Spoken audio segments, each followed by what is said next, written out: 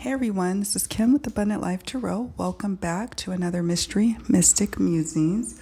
This is a reading that we're going to do on Teneisha Griffith.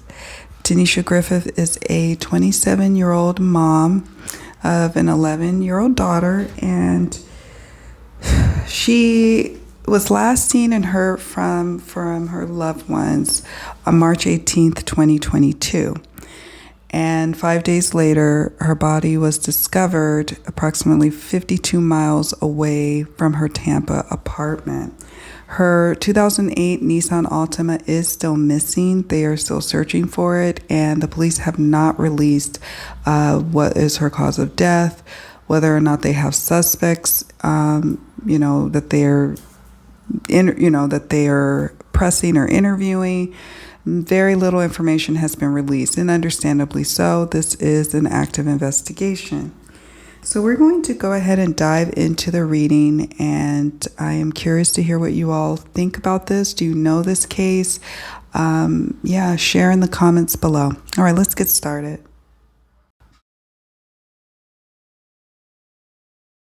Okay, so for Teneisha Griffith, I did a little pre-work here for the reading, and what I did was I used my divinatory dice that I had made up a few years ago now. I use these often.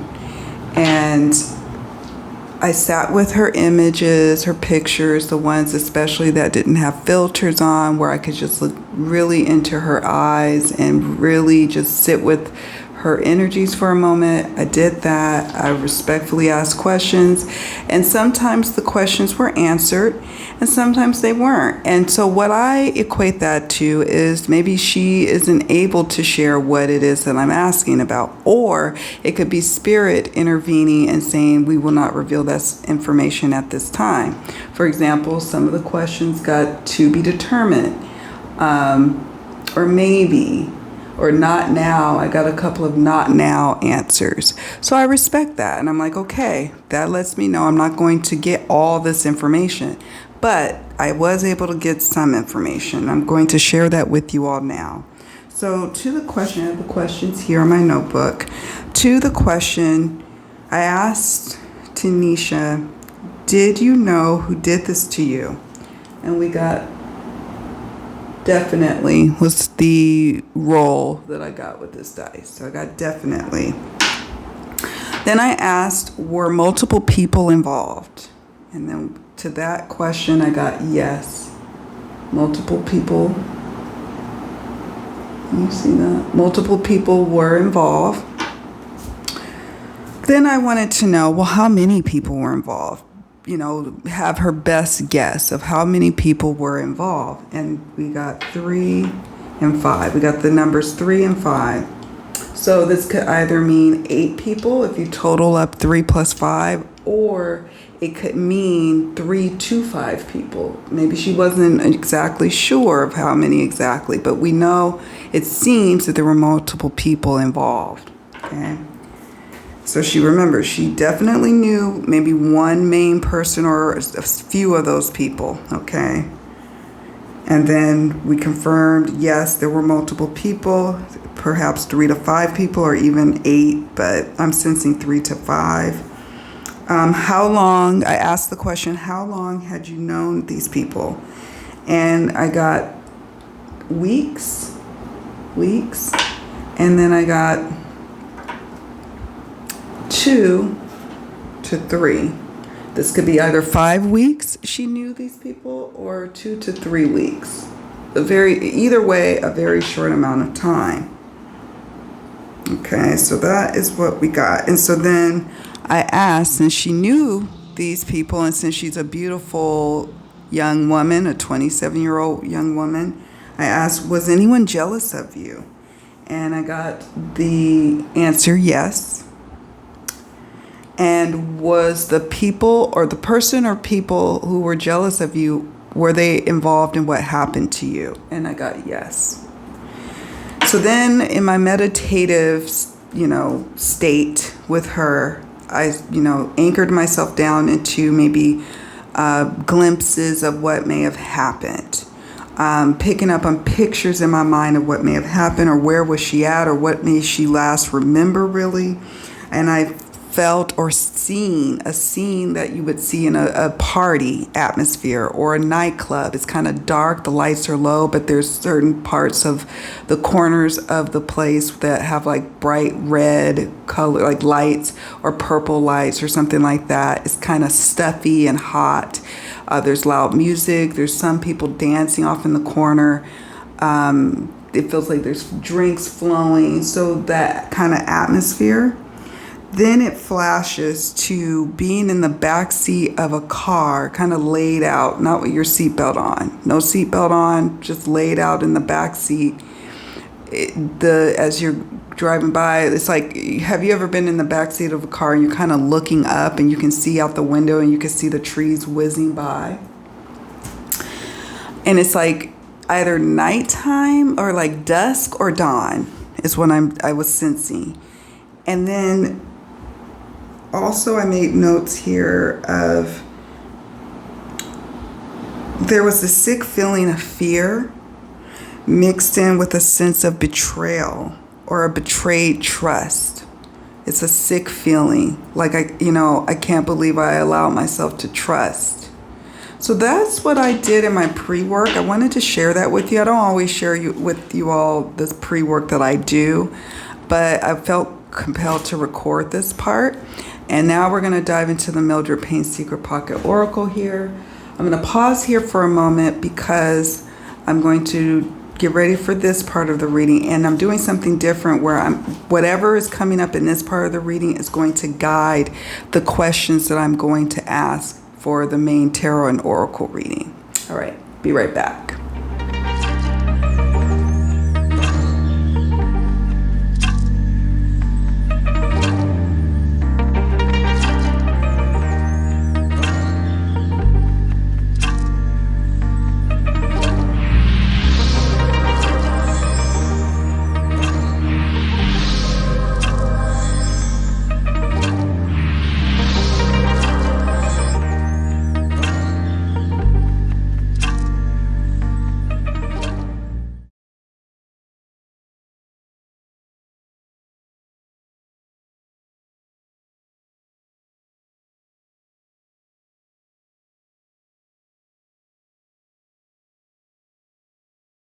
All right, so here we are. We are now at the Mildred Payne Secret Pocket Oracle reading. Spirit, we're coming to you regarding Teneisha Griffith. We're asking and receiving your divine insights, your divine prophecy, your divine grace, and most of all, your divine protection as we delve into these energies. Thank you, Spirit. We're looking at what may have happened to Teneisha or what may have been going on around the time of her disappearance and then passing. Whatever you wish to share, whatever you feel like we're going to be able to handle. This is too many. We will receive and we will respect what you wish to not share with us. Tooth. Boy. Okay. Gotta chill there. We'll see if there's anything else Spirit wishes to share. If not, we'll stop shuffling.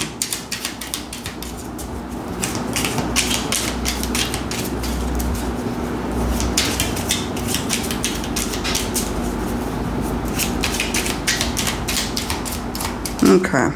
I don't know. It looks like this might be a shorter one, which is... Oh, wait, one more.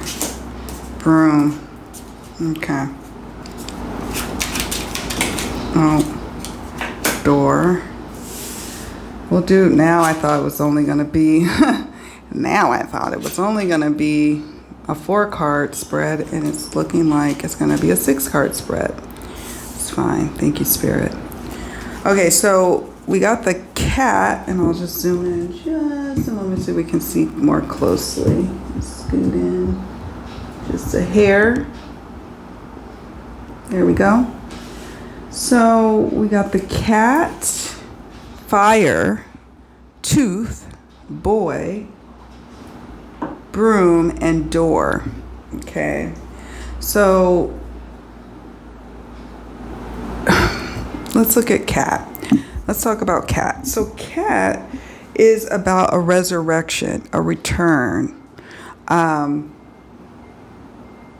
The cat could also mean a fiercely independent person. That could represent her, or it could represent the persons or persons that she deals with or has dealt with or surrounds the situation surrounding her disappearance and ultimately her untimely passing.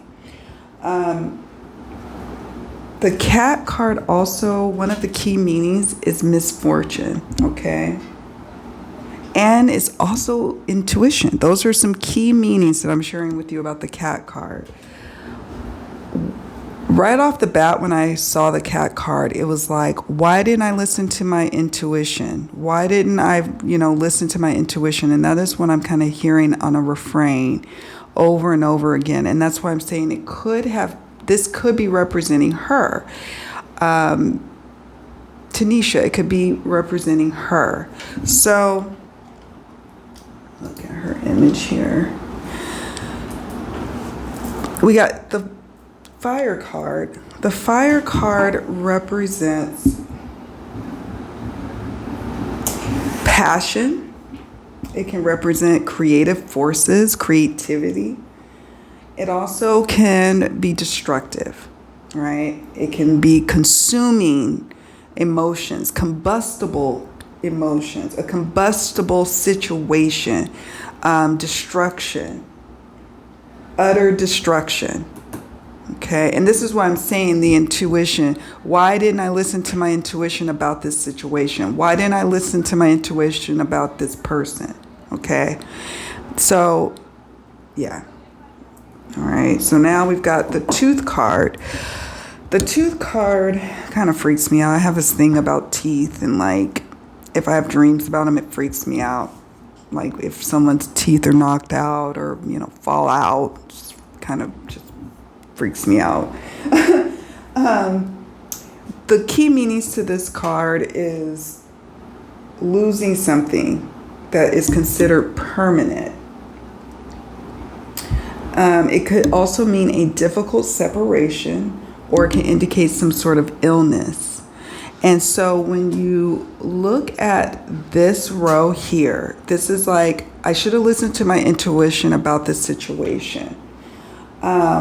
I'm losing something that's considered permanent, could be my life. I'm losing something that's considered valuable, like my teeth. This is a difficult separation. This could be just a difficult separation in her transitioning on from the physical living state to moving forward into the afterlife, okay? It could mean that. It could also mean that someone was having a difficult time letting go. It could have been her, it could have been whoever these people are, or a person that could be involved. This boy even, a difficult time letting go. Ultimately, with the tooth card, this was a difficult separation, and this caused this person to maybe even be lovesick, passion sick, sitting next to the fire card. The boy card is speaking to an actual male, someone who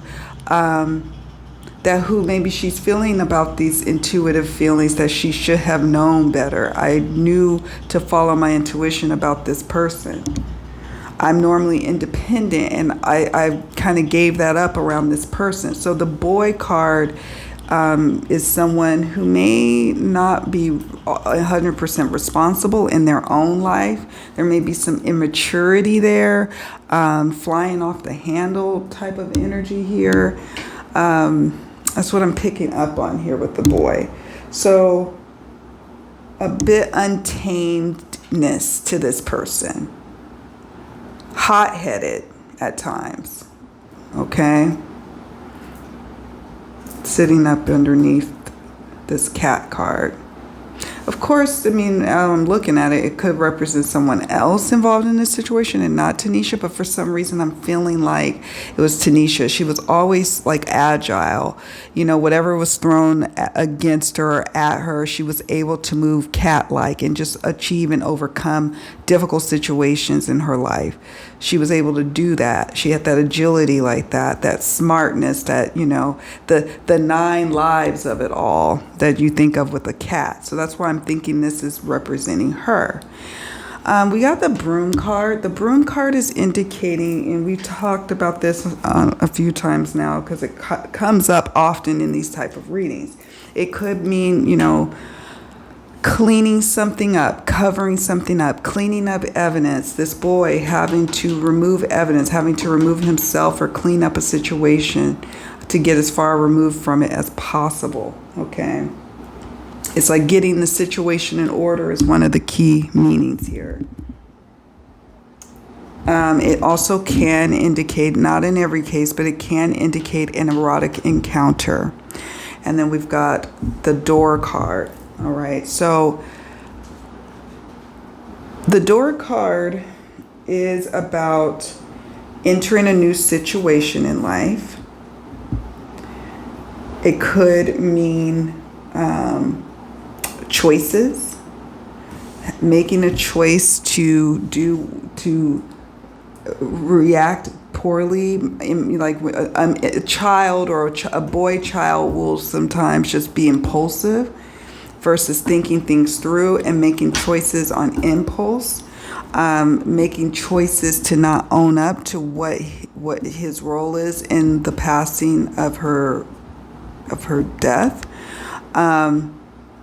Using the broom as a stick, a weapon, could be possibly involved as well. The door card, again, getting back to that, there was an opportunity, a window of opportunity, the night that, or between the time that, so she last spoke or text with her dad on March 18th, the evening of March 18th.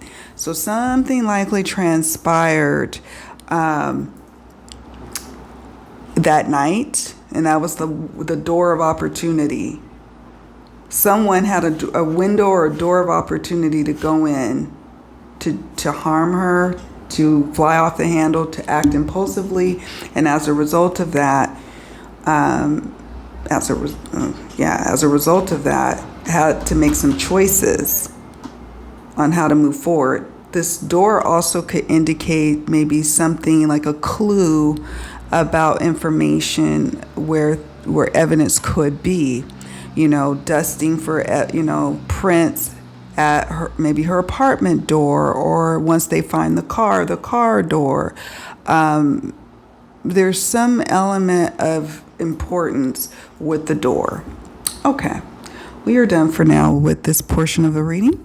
I'm going to pause, write up my questions, take a picture of this spread, and then we're going to get on to the tarot and oracle reading portion. I'll be right back.